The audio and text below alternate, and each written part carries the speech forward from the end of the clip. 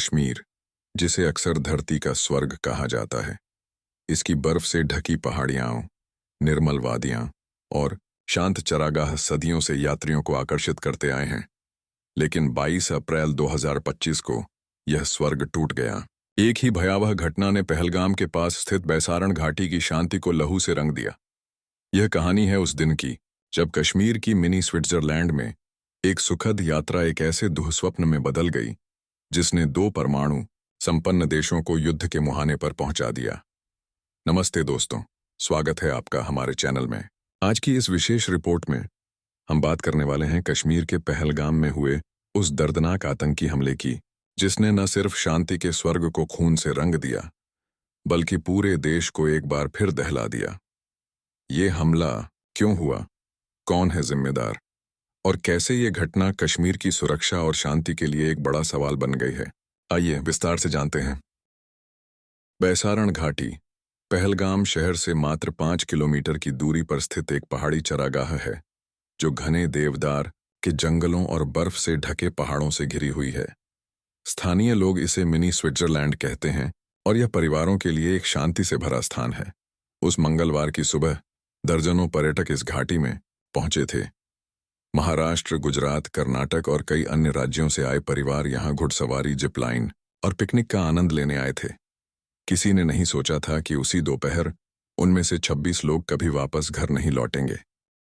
22 अप्रैल 2025 की दोपहर करीब 1 बजे 5 हेविली आर्म्ड आतंकी सैनिकों जैसी वर्दी में बैसारण घाटी में घुसे। AK-47 और M4 कार्बाइन से लैस ये आतंकी व्यवस्थित तरीके से पर्यटकों के समूहों के पास पहुंचे।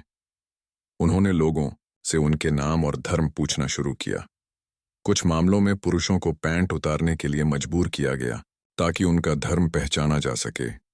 इस पूरे घटनाक्रम का एक हिस्सा जिपलाइन पर सवारी करते वक्त अहमदाबाद के 36 वर्षीय पर्यटक ऋषि भट्ट के कैमरे में रिकॉर्ड हो गया।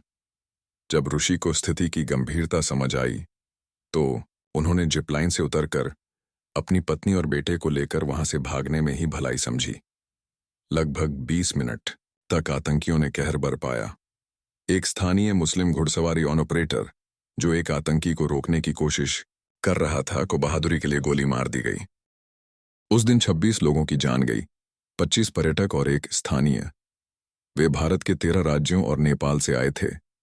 हर किसी की अपनी एक कहानी थी, अपने सपने थे, अपने परिवार थे जो घर पर उनका इंतजार कर रहे थे।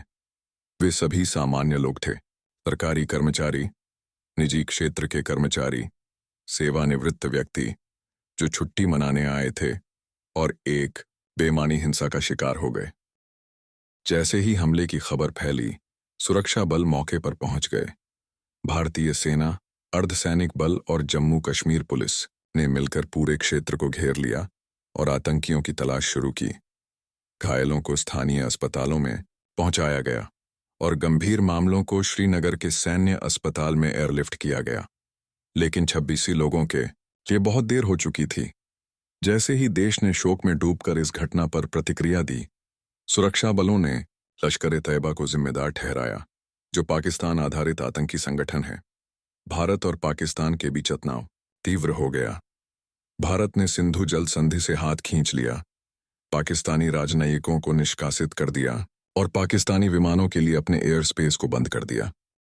ऐसे हमले से जीवित बचना मानसिक रूप से अत्यधिक पीड़ादायक होता है। PTSD, भयावह सपने, चिंता और भावनात्मक सुन्नता, ये सभी लक्षण लंबे समय तक सताते हैं। शारीरिक घाव तो ठीक हो सकते हैं, लेकिन मानसिक घाव गहरे होते हैं। कुछ लोग अपराध बोध से जूझते हैं, कुछ डर से बाहर नहीं निकल पाते। जो बच्चे इस हमले के गवाह बने, उनके मानसिक विकास पर भी इसका गहरा असर पड़ सकता है, जो जीवन भर की समस्या बन सकती है। यह हमला कश्मीर की पर्यटन आधारित अर्थव्यवस्था के लिए एक बड़ा झटका साबित हुआ। पूरे क्षेत्र में लगभग 13 लाख बुकिंग्स रद्द हो चुकी हैं। मई 2025 की शुरुआत तक नियंत्रण रेखा पर स्थिति तनावपूर्ण बनी हुई है। लगातार 8 रातों से पाकिस्तानी सेना द्वारा गोलीबारी की जा रही है, जिसका भारतीय सेना ने संयमित उत्तर दिया है। अंतर्राष्ट्रीय समुदाय ने भारत के साथ एकजुटता दिखाई है। संयुक्त राष्ट्र और अमेरिका दोनों ने इस मुद्दे पर गंभीरता से प्रतिक्रिया दी है। पाकिस्तान के कब्जे वाले कश्मीर में 1000 से अधिक धार्मिक स्कूल बंद कर दिए गए हैं और नागरिक बंकरों की तैयारी कर रहे हैं क्योंकि वे भारतीय हमले की आशंका से डरे हुए हैं। इस बीच आतंकियों की तलाश जारी है। राष्ट्रीय जांच एजेंसी इस हमले की जांच का नेतृत्व कर रही है। पहलगाम, जिसका अर्थ है गडेरियों की घाटी, कभी शांति और सुंदरता का प्रतीक था। आज यह घाटी कश्मीर के हालिया इतिहास के सबसे घातक आतंकी हमले की पहचान बन चुकी है। जो 26 लोग उस दिन मारे गए, उनके परिवारों के लिए किसी भी राजनैतिक समाधान से उनकी क्षति की भरपाई नहीं हो सकती। पर्यटन, सुरक्षा और शांति, इन सब के भविष्य पर प्रश्न चिन्ह है। क्या यह घाटी दोबारा मुस्कुरा पाएगी?